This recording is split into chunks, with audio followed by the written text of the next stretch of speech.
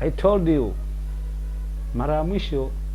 Chelsea kumfunga FC Barcelona katika uwanja wa Stamford Bridge ilikuwa ni mwaka 2012 ambao Chelsea alifanikiwa kumfunga FC Barcelona goli 1-0, lakini pia na jana vijana wa Chelsea, London Boys, Stamford Bridge fans Chelsea walifurahi sana siku ya jana kwa kupata ushindi mnono dhidi ya FC Barcelona kwa goli